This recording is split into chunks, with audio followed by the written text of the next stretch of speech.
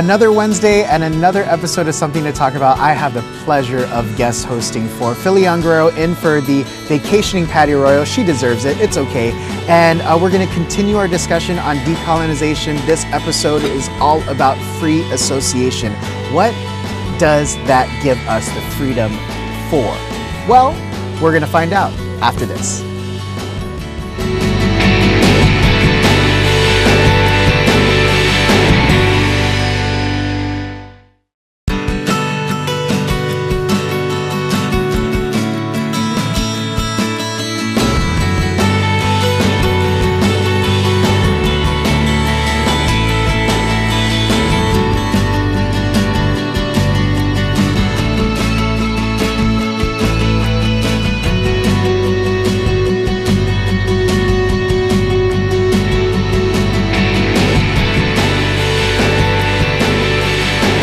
Philly Young Guerrero here for Something to Talk About, and we're continuing our month-long discussion of decolonization. We talked to our friends from the Independent Guahan Task Force last week, and now we have the chairman of the Free Association Task Force, Mr. Adrian Cruz, with us. Half a day. How are you? So maybe let's start with the basics. Sure.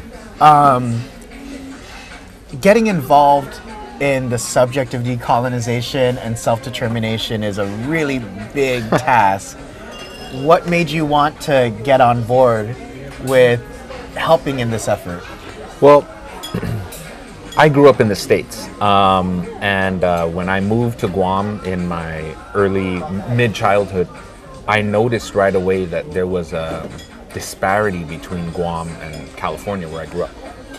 And I went to high school here and continued to see the vast differences, the difference in American policy.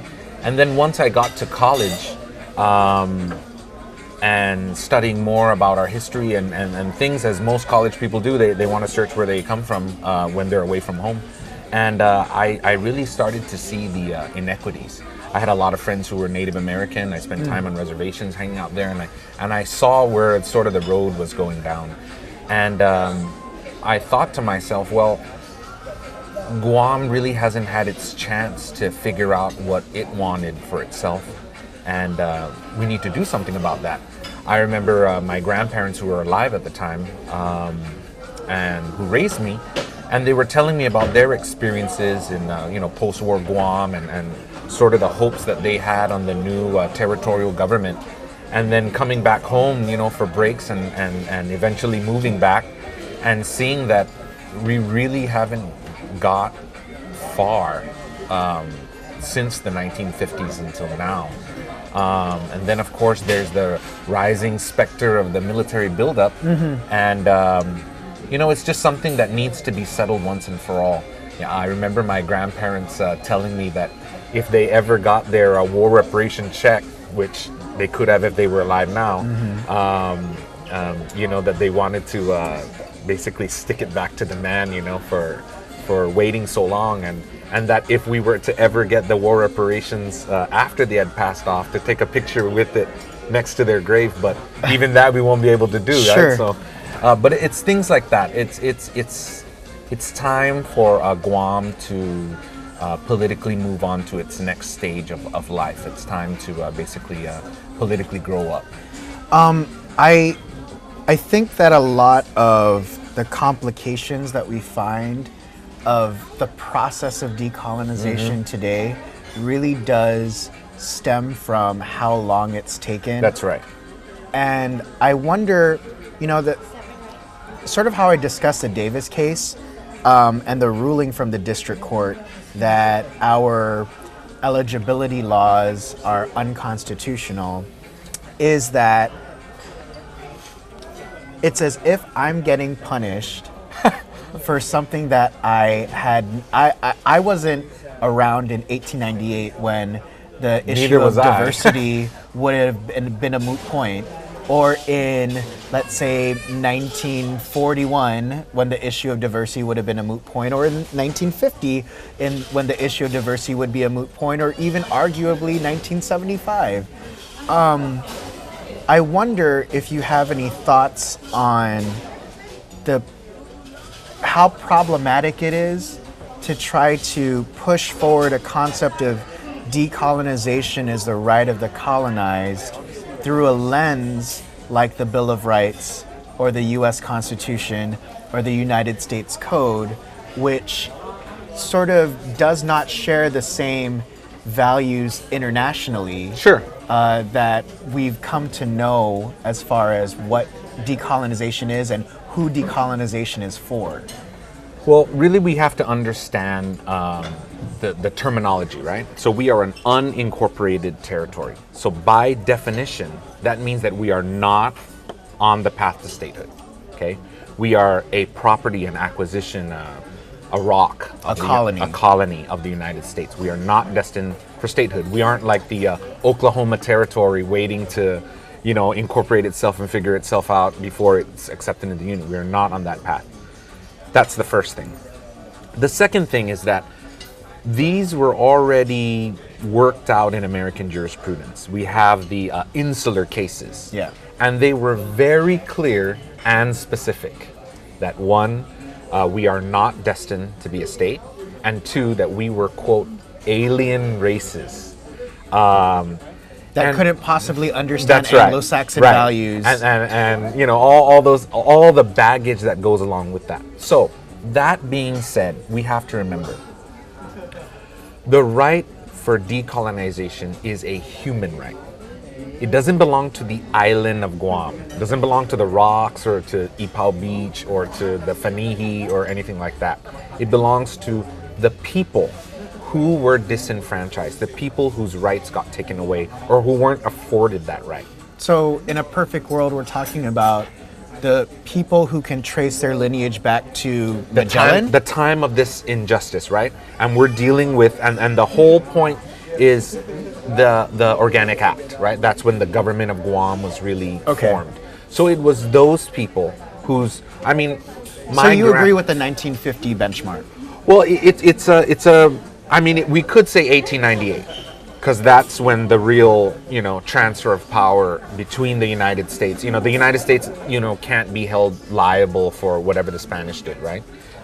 So we could say 1898, but let's just go with the 1950 benchmark with U.S. citizenship, because before that, nobody was a U.S. citizen, right? Mm-hmm. My grandparents weren't born U.S. citizens. They weren't asked whether they wanted to be U.S. citizens in 1950, and my grandpa worked at Government House, right? And he didn't even know. It's just magically like you wake up the next morning and ta-da, right? Yeah. You're a U.S. citizen. So the right of decolonization belongs to those people and their descendants.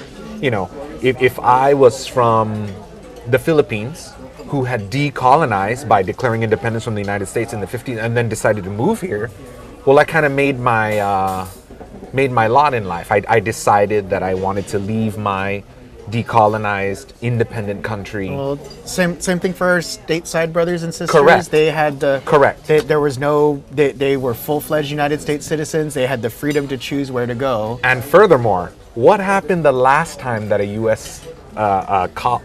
territory or U.S. state or somebody who was, part of the United States tried to secede?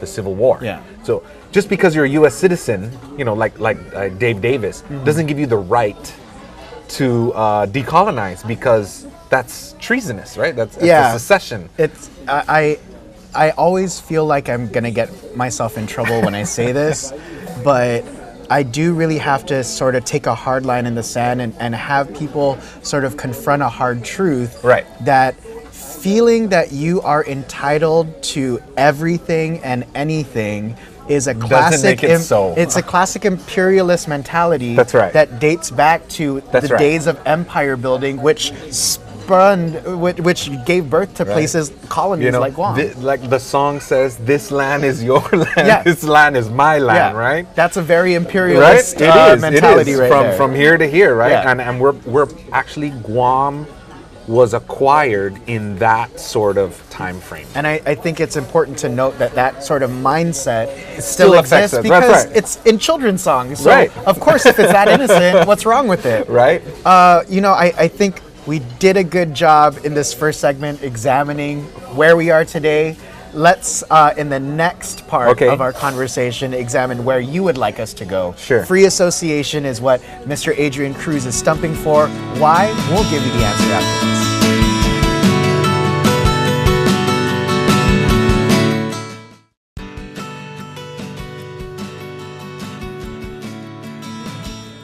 Welcome back to Something to Talk About. Phil Leon Guerrero in for Patty Arroyo, and my guest this week is Adrian Cruz from the Task Force on Free Association, part of the Commission on Decolonization. So we talked about problems in the first half. Let's talk about solutions. Sure. When we are asking the question of what future political status is best for Guam, why is your answer free association? Well, first, we have to figure out what's going to happen. We can't get too far ahead of ourselves or think about, living in the clouds. We have to be realistic about what's going to happen. And so when we have the plebiscite, this will go to Congress. Yes. Where it will probably, for all intents and purposes, languish and fizzle out. Or just be summarily dismissed like they've done with Puerto Rico. Right. Like, oh, that was cute. Yeah. Let's hear from you in 4 years. Yeah, right. For the 7th time, right? Yeah. So that actually opens up a door. We have an advantage that they don't. Okay. And that is the United States itself, by its own admission, by putting us on the list of non-self-governing territories. We are officially a colony. Mm-hmm. Puerto Rico is not. Yes, that's right. Neither is CNMI. Mm-hmm. So what will happen is we have the opportunity where if they do that to us, of course we can take it up with the Supreme Court. That'll do its thing. But then after that, we have an opportunity to go to the International Court of Justice. Because the United Nations recognizes that we are a colony. That we have a right to decolonize. That's right. And the United States, by its own admission, right, has put us there. So that's the avenue that probably this is going to go. And that'll take, what, a decade maybe, or more. But then what happens after that? Okay, after the native inhabitant, the people who were made U.S. citizens in the Organic Act and their descendants have figured out what they want. After that, there's going to be a great transition time on Guam, and there's going to be a lot of people who will want to leave. Sure. There's going to be some people who will want to come, either back home or come because they want to be part of something new, or come because they see it as their open door into a better life from wherever they come, regional neighbors. Of course, by that time, we'll have to really grapple with climate change refugees, things like that. Okay. And so that ragtag group of people, that these new independent people are going to have to figure out, well, what kind of government they want. And, there is no set in stone. Right. There is no, and we can look to other countries for blueprints, but really it's going to have to be an organic thing that comes from the people, right? And however we want that government to look. And by the people, we mean every single person, not just native inhabitants. Because by that time, the native inhabitants said, okay, we want, for example, free association. We want independence, and we want to make a deal with the United States. Well, it's not just, there's universal adult suffrage, there's the equal rights of man, right? And so it'll now be the people of Guam, as in all the people that want to call Guam home. Because again, there's going to be people that are going to want to leave, So what, not that everything has to be attributed to the almighty dollar, but what economic advantages does free association have over the other options, independence and statehood? Right, because although the almighty dollar isn't the end all and do all of everything, it is the driving force, right? Like the old adage says, love doesn't put food on the table. Sure. Right? The want for freedom, as great as it may be, may not be enough for someone to vote for your status. That's right, or may not be enough to be able to support your family. Okay. Right? So why free association? First, we have to look at our current situation. Okay? So the United States, when it has colonies, sort of puts you like in a Goldilocks zone. They never let you get so poor that you're just going to like flat out revolt. Yeah. But at the same time, they never let you realize your full economic potential, because then you'll figure out you might not need them. Well, like any person who has read self-help books knows a codependent relationship can That's really right. benefit one party. That's right. So, being the good Chakmas that we are to the United States, Sure. right? We're kept in a nice apartment, but, we don't get to go. But we're not the wife. No, we are not the wife. So, we don't get the yearly new car. We don't get to go on the 401k. We don't get to take the photos No. in public. We just do what we're supposed to do, and we'll get some And sugar, we're taken right? care of. That's right. Yeah. But ultimately,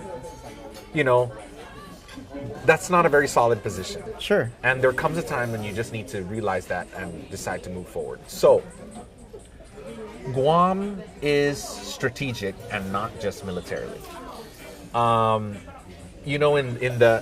There's no such thing as a economically independent country, unless you're like North Korea or something. Sure. Everything is interconnected. And so the trade now in the world is between China and the West, right?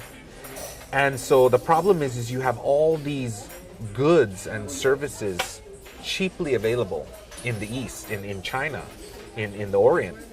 And the West can't sort of compete. The West is sort of the consumer. So Guam could play a role in that we could be a forward shipping base. Intermediary. That's right. Because, if you were in China and you wanted to buy something online, you could just go to Alibaba and it'll be there in like a day or, a few hours. Whereas if you ordered something from Amazon in China, you'd have to wait, right? Well, what happens if you were Amazon and had large shipping bases or storage facilities in Guam? You could have that product and you could compete in China far quicker than what the wait time is now. And So we would be able to negotiate those deals because we would be an independent that's right. nation. We could look at what the great thing that we have going when we started dealing with the hotel industry. We started giving like qualifying certificates. Yeah. And look at what kind of a wellspring that brought for our tourism industry. There is nothing other than rules and regulations. There is nothing stopping us from doing the same and sort of becoming a forward warehousing space, basically for goods coming out of North America and Europe to be staged here so that it could penetrate into the Asian market. A transshipment hub is something that I've never heard of, but certainly with all of the commerce going through here, with all of, I'm thinking of the undersea pipes, We have spewing cables. information. Yeah, we have we are the southern hub of The worldwide internet. worldwide internet. I mean, Guam was part of the first worldwide telegraph communication because we have, Apra Harbor and all those things. So Guam has always played a vital role in communication because there just isn't anything out So here. leveraging our location for things more than just one nation's military interests. Correct. Okay. Another thing is fishing. Right now, the United States, through the Department of Transportation, allows foreign fishing vessels to come in, ply the waters, take whatever they want, and they pay, the Coast Guard or whoever the fees and the fines and all that. Well, there is nothing from stopping our own native fishing industry, closing off our EEZ and saying, okay, we will fish sustainably, set up our own rules, and we will export the fish. Like Palau. You can't, Well, maybe not as you can't come in and fish. You want fish, you have to buy it from us, and we'll ship it to you. I mean, that's a whole industry that's already, been spawned up if that was to happen. It's just things like that. Things where you have to think outside the box and use with the tools and the resources that you have available to you. Looking at my invisible watch, I can see that we need to start to wrap up. And one thing that I wanted to make sure that I touch base with you is maybe a misconception that's out there about free association. Sure. And that is, well, look at the FSM, look at Palau, look at the Marshall Islands. They're not doing so great. Can you quickly, sorry Adrian, cover the fact that maybe the real world examples that we are used to isn't a set in stone model that we have to follow? It's not, because as a freely associated nation, or you are an independent nation. And how you choose to pursue that free association is anybody's game. We don't need a compact? We don't need a compact. It can be determined by us and the United States. We'd have to sit down at the negotiating table. And, you know, our neighbors are great playbooks to look at because now we know what not to do. So I guess to wrap up, if we should learn lessons from our Micronesian neighbors, is there a free association model that we can look to as a success story? Sure. Well, our story will be our own. Sure. But we can look at relationships like between the Cook Islands and New Zealand, Greenland, and I forgot who it's in association with, like Denmark or something like that. There are many, and that's not to say that we can't take the best from different models and present it on the negotiating table. You know, things like dual citizenship, where we retain our U.S. citizenship and then open up our Guam citizenship for, you know, other people who are going to come after the fact. Things like that. And that's not to say that we can't sort of have a better relationship with the United States as a freely associated state than we are currently as a territory. A more free relationship, a more equitable relationship. So there are many, many things that we can draw on. And really, I'd like to emphasize the fact that it's going to be the will of the people of Guam that's going to determine what kind of that relationship we want to have. Well, that's why I think it's important that people sort of educate themselves. That's right. I certainly did not know as much about being a freely associated nation or state, however you want, free association. That was a option I knew the least about. Right. So if people do want to find out more, how do they reach out to your group? Sure. So they can find us on Facebook, Free Association for Guam. Our website is being revamped again, and that'll be on the Governor's Decolonization website. Okay. And of course, since the governor is pushing for this 2018 vote, you'll hear a lot from us as far as the campaign trail goes to try to get people to vote and to vote our way. And hopefully the future will look bright for us. Well, again, decide for yourself, and before you choose which option is best for you, make sure you know all of the pros and cons, because sometimes our preconceived notions could be misinterpretations or misunderstandings of what we could do, what is available, and maybe something we think is the way that it is just one of many options that we could do. Adrian, thank you so much for joining me. Thank you. Really appreciate it. No problem. This has been another episode of Something to Talk About. Stay tuned, because we're going to have, I'd like to call them the old guard, and that's a compliment, the men from Statehood for Guam coming in next week. Stay tuned for Something to Talk About. See you next week. Adios.